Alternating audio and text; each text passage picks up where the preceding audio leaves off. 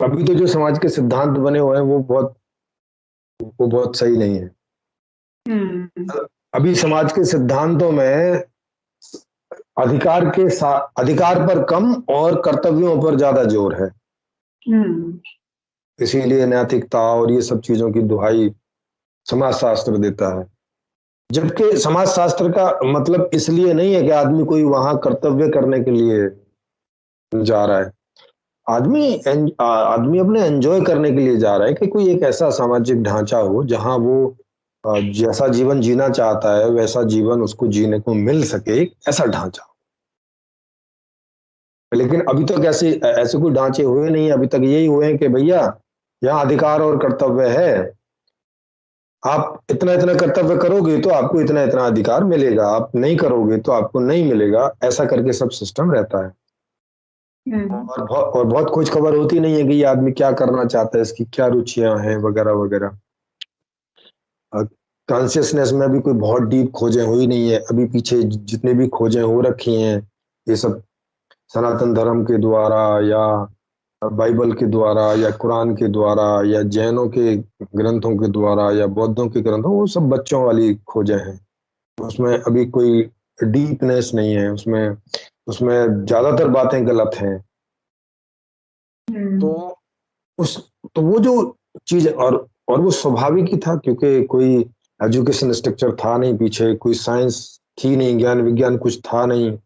तो उस अवस्था में कॉन्शियसनेस के बारे में कोई डीप रिसर्च हो जाए इसकी भी संभावना नहीं थी, क्योंकि ये सब चीजें एक साथ ही चलती हैं। ऐसा करके नहीं हो जाता कि साइकिल भी नहीं खोजी गई है और एरोप्लेन खोज लिया गया हो, ऐसा करके तो होता नहीं। सब ये स्टेप्स में ही चलता है। सीधी सी हम्म। बात है, पहले साइकिल ही खोज में आएगी, एरोप्लेन पहले खोज में नहीं आ सकता। राइट। हाँ, तो ऐसे ही जेनेटिक बाद में ही खोज में आएगी। एकदम शुरुआत में जेनेटिक्स खोज में नहीं आ सकती। हम्म। इंजीनियरिंग शुरू में खोज में नहीं आ सकती। शुरू में ऐसे ही छोटा छोटा छोटा छोटा ऐसे होते होते सामाजिक रूप से एक समय में ऐसा पहुंचता है कि खोजें डीप होती हैं, बड़ी होती हैं हर हर फील्ड में।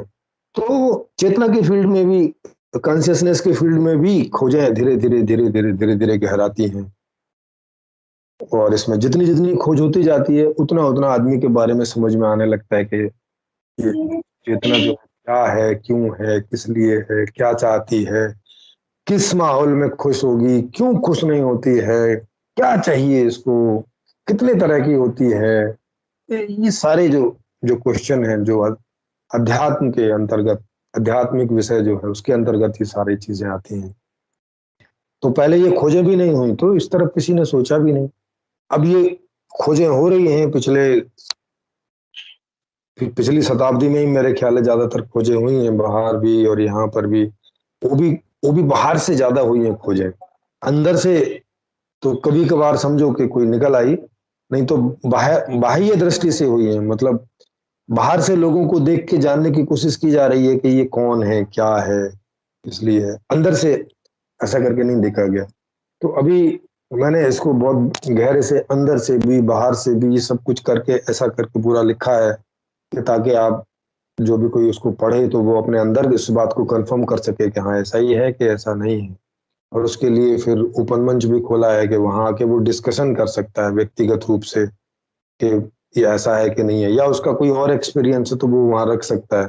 उस पर भी चिंतन मनन हो सकता है कि भाई ये ठीक है कि नहीं है जो वो सोच रहा है, या जो मैंने बताया उसको वो क्रॉस चेक कर सकता है कि ऐसा है कि नहीं है।